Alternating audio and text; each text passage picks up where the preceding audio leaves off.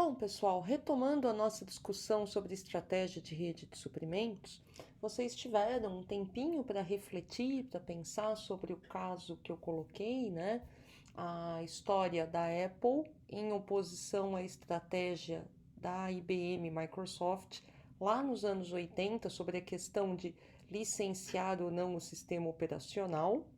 E agora, uma discussão um pouco mais atual aqui da última década, dos anos 2000, sobre a estratégia, de novo, a Apple e a Samsung e o Google sobre a discussão sobre também licenciar ou não o sistema operacional. Tá claro, o que acho que fica claro na discussão ali dos dois, que não houve um ganhador ou uma decisão certa e errada. O que nos anos 80 pareceu uma decisão ruim da Apple, porque quando ela não licenciou o sistema operacional para a IBM, ao contrário do que a Microsoft fez, a Apple ela acabou dominando, acabou desenvolvendo uma competência muito grande no seu sistema operacional e ela se tornou, né, hoje boa parte do que ela é, em função de ter adotado uma estratégia de nicho.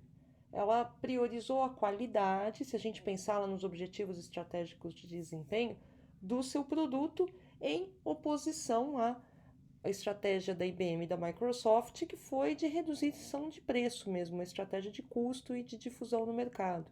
Idem se a gente discutir agora a discussão sobre os smartphones, 20 anos depois daquela decisão lá dos anos 80, sobre a estratégia de usar um sistema operacional próprio ou usar um sistema licenciado. Então, isso nos leva a essa seguinte discussão. Quando eu tomo uma decisão sobre estratégia de rede de suprimentos, assim como a gente já discutiu sobre as decisões de estratégia de capacidade e de localização, eu não tenho uma resposta certa ou errada em absoluto. Eu tenho que tomar minha decisão de acordo com os meus objetivos estratégicos de desempenho. Uma decisão como essa tem que estar alinhada com a estratégia de operação e com as estratégias do negócio como um todo, como a gente viu. Então eu tenho que prestar atenção tanto do lado dos requisitos aqui do mercado, que a gente já viu, isso tudo tem a ver com os objetivos estratégicos de desempenho e também com os recursos que eu tenho da operação. Então, quando eu vou tomar a decisão, a grande decisão sobre estratégia de rede de suprimentos, a primeira grande decisão tem a ver com essa: eu vou comprar ou vou fazer? Como eu falei, essa decisão não é simples, ela tem prós e contras, ela não tem uma resposta certa. E voltando mais uma vez aqui ao meu slide, eu tenho que olhar tanto os recursos que eu tenho, quanto como está a posição da minha empresa em relação ao mercado, em relação a riscos, a questão da estrutura do mercado e o posicionamento dos meus concorrentes. Então, olhando um pouco do lado dos recursos, um dos grandes fatores na hora de tomar decisão sobre comprar ou fazer tem a ver com o custo, que tem a ver com as economias de escala. Por exemplo, por que que eu vou fabricar internamente, sei lá, parafuso, se eu tenho uma empresa especializada em parafusos que tem economias de escala para a produção de parafusos? Outra decisão que eu tenho que levar em consideração é quanto aos custos da transação. Às vezes, mesmo que o produto seja mais barato eu comprar do que fazer, mas eu tenho que levar em conta também o custo de se fazer a transação, como por exemplo o custo de administrar os fornecedores. Aí eu tenho que ter uma estrutura de gestão de cadeia de suprimentos, de gestão de fornecedores, de gestão de compras. Eu tenho todos os custos associados a transporte, logística, impostos, eu tenho que levar em consideração. E algo mais estratégico, que tem muito a ver com as competências que a minha empresa tem, o potencial de aprendizagem que eu tenho ao terceirizar. Tem um caso interessante lá no livro do Slack do Lewis, que fala sobre a fabricação de micro-ondas lá nos anos 80, mas que aconteceu várias vezes e vem acontecendo aí ao longo da história. parece que a história se repete, né? Como diria o outro lá. Primeiro como tragédia, depois como farsa, né? O contrário, mas enfim. O que acontece, nos anos 80, a GE, ela era a maior fabricante de fornos de micro-ondas do mundo. Aí ela resolveu terceirizar a produção desses fornos de micro-ondas para uma empresa desconhecida então, sul-coreana, chamada Samsung. Já aí acho que dá para calcular vocês o que aconteceu. A Samsung realmente na época era muito mais barato, os custos de mão de obra, de produção eram muito inferiores. A Samsung começou a fabricar, primeiro só fazer manufatura dos micro-ondas. Ela ganhou competências, passou a ser hoje a maior fabricante de micro-ondas do mundo e tem praticamente um monopólio de fabricação de fornos de micro-ondas. Então, a decisão de comprar ou fazer, como eu falei, não é simples. E no livro do Slack ele traz um tipo de um fluxo aqui de tomada de decisão. Primeiro, a atividade que eu estou pensando em terceirizar, ela tem importância estratégica? Se não, ok, continua. Se tem importância estratégica, já para. Talvez seja importante manter essa atividade internamente. Agora, como que eu vou avaliar se ela tem ou não importância estratégica? De novo, olhando os meus objetivos estratégicos de desempenho, tá?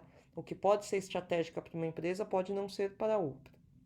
A empresa tem conhecimentos especializados? Não. Então, continua. Se tem, olha, talvez seja melhor. Se ela é estratégica, eu tenho conhecimentos especializados, talvez tenha que manter internamente. Agora, o desempenho das operações da empresa que eu organizo aqui, que eu sou a gestora, ela é superior à empresa que eu pretendo comprar? Se é, então talvez seja melhor manter internamente. É provável melhorar a minha operação? Talvez não. Aí sim eu posso avaliar a terceirização, tá ok? Então aqui é um fluxo bem simplificado de como tomar essa decisão de comprar ou fazer. E de novo, tem um exemplo que a gente já refletiu sobre, né, IBM, Apple, e depois Apple e Samsung. E tem um caso bem interessante aqui brasileiro da Volkswagen Caminhões e da Mercedes. A Mercedes-Benz e a Volkswagen têm estratégias de operação diametralmente opostas no que se refere à produção de caminhões. A Mercedes-Benz, ela é bastante verticalizada. A Mercedes produz internamente os motores a diesel, o conjunto de tração, câmbio, né? O conjunto de tração que é o motor, o câmbio, o eixo, ela produz internamente. Enquanto que a Volkswagen não só terceiriza a compra desses equipamentos, como ela terceiriza inclusive a montagem do caminhão.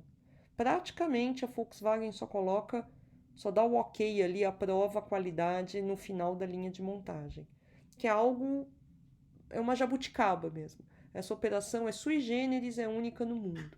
Quando ela surgiu nos anos 90, em Resende, ela chamou muito a atenção de pesquisadores da literatura, de outros praticantes, mas é interessante que ela não se espalhou pelo mundo. Até hoje, no segmento automotivo, olha, eu acho que tirando uma ou outra marca de nicho, a única marca grande, relevante para o mercado que tem esse tipo de estratégia é a Volkswagen Caminhões, não existe outra.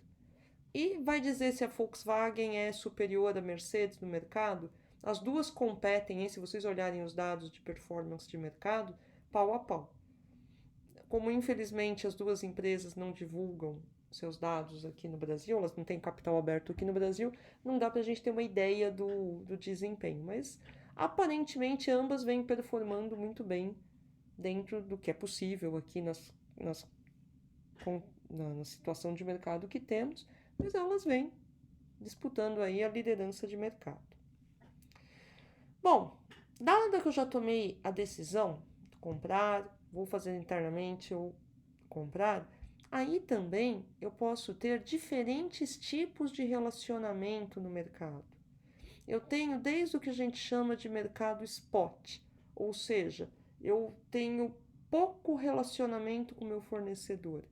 Geralmente, quando eu compro produtos que sejam pouco estratégicos, ou operações ou serviços que sejam pouco estratégicos, e que eu tenho muitos fornecedores no mercado, eu recorro ao mercado spot. O que seria isso?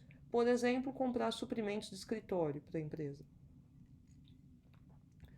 Não é dependendo, claro, do meu tipo de operação, algo estratégico. Tenho vários fornecedores no mercado, eu vou lá, compro, faço uma cotação, vejo quem tem o menor preço, compro, acabou o relacionamento.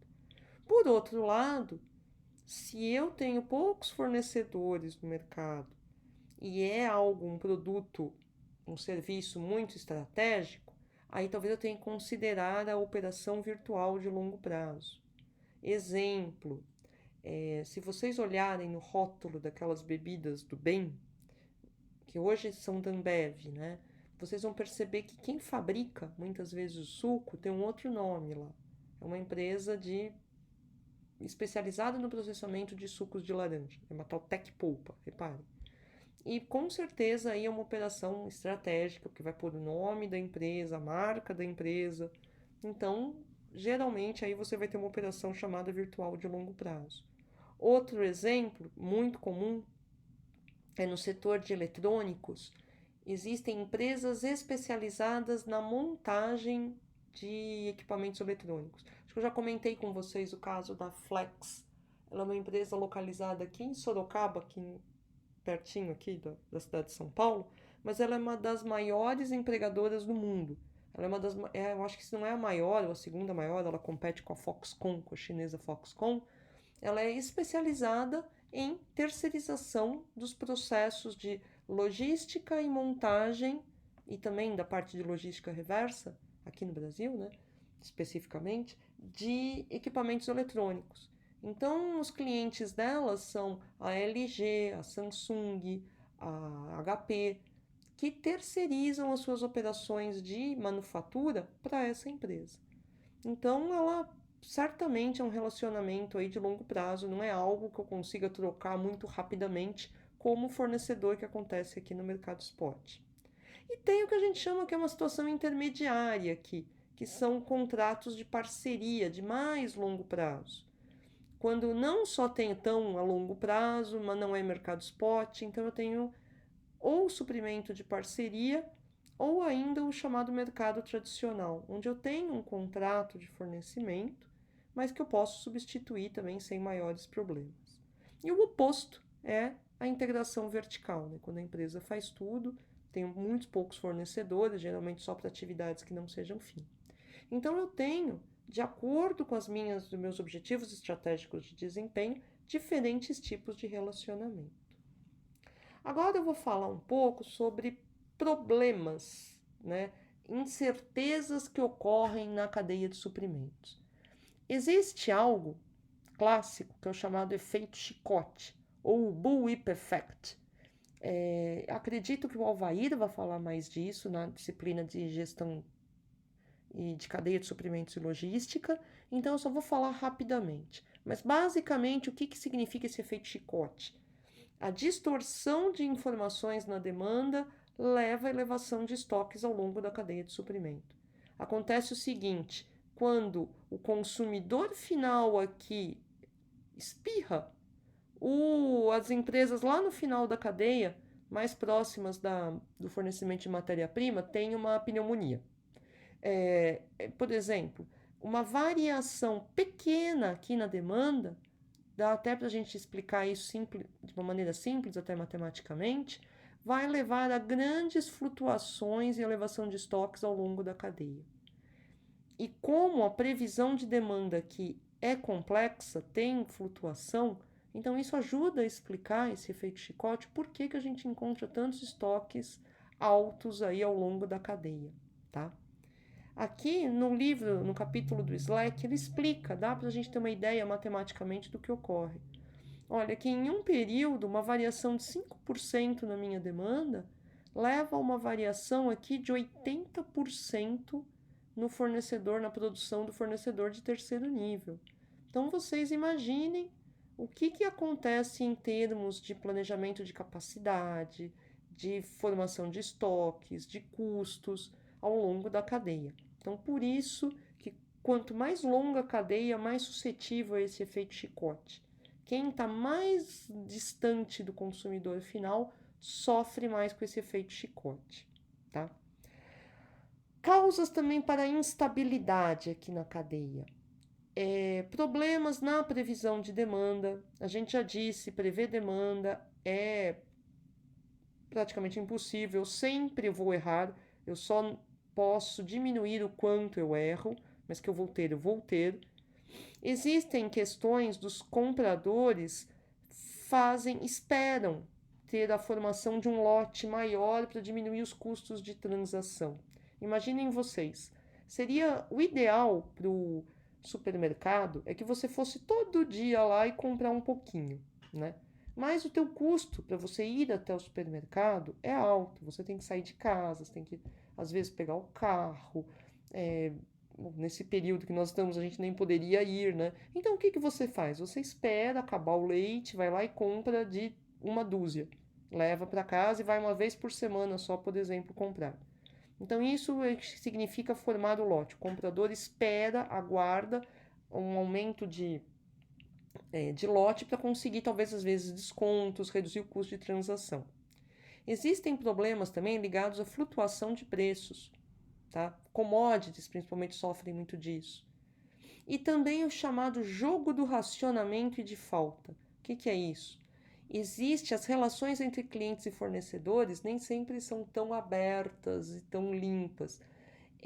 Aí vocês podem estudar isso, vocês estudam muito isso em microeconomia, né? A teoria dos jogos explica um pouco isso também. Eu vou tentar, não quero que o meu cliente, o meu fornecedor tenha todas as informações possíveis.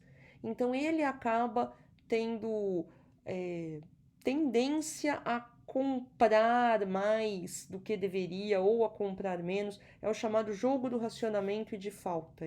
Quando eu tenho assimetria de informações, o comportamento dos atores, aí, do cliente fornecedor, não é o ideal em termos de formação de estoques e de parceria realmente. Aqui tem uma ideia lá do livro do Slack, ele coloca essa figura também interessante. Para vocês terem uma ideia, as variações aqui nos pedidos do consumidor, das vendas da loja, e quais são os efeitos, né, na loja do varejo, dos pedidos que ela faz para o atacado e do atacado para o fabricante. Então vocês percebam que esses comportamentos não ótimos, por assim dizer, levam a essas instabilidades em rede. E existem alguns mecanismos aí de gestão da cadeia, de coordenação da cadeia, para tentar reduzir essa instabilidade. Então, o primeiro, sobre previsão de demanda, trabalhar cada vez mais em intercâmbio de dados por toda a cadeia. Então, é comum isso, você ter estoques gerenciados pelo fornecedor, desconto por compartilhar informações, buscar contato com o cliente direto. E aí eu consigo reduzir tempos de entrega, consigo controlar estoques. Essa formação de lotes aí por pedido também funciona quando eu tenho troca de dados em tempo real com os meus fornecedores, subfornecedores. Eu faço isso dando descontos aí em caminhões, tendo a terceirização de logística e consolidação de pedidos, tá? Um outro problema que eu tenho é em relação à flutuação de preço. Eu tento fazer programas de reposição contínua. Quem tiver interesse em estudar isso com mais detalhe, pode falar na disciplina eletiva do professor Biasi, que ele discute muito sobre isso. Mas também é como eu compro continuamente e faço contratos de mais longo prazo com fornecedores. E também nesse jogo do racionamento, ter realmente uma relação de parceria, de compartilhamento de dados de mais longo prazo entre fornecedores e clientes. Bom, essa foi a minha discussão na aula de hoje. Eu vou deixar para vocês, eu já deixei um casinho simples para a gente discutir sobre o Walmart. E eu vou pedir que vocês, por favor, respondam as questões em grupo e entreguem até a próxima semana no Moodle. Tá ok? Muito obrigada e até a próxima!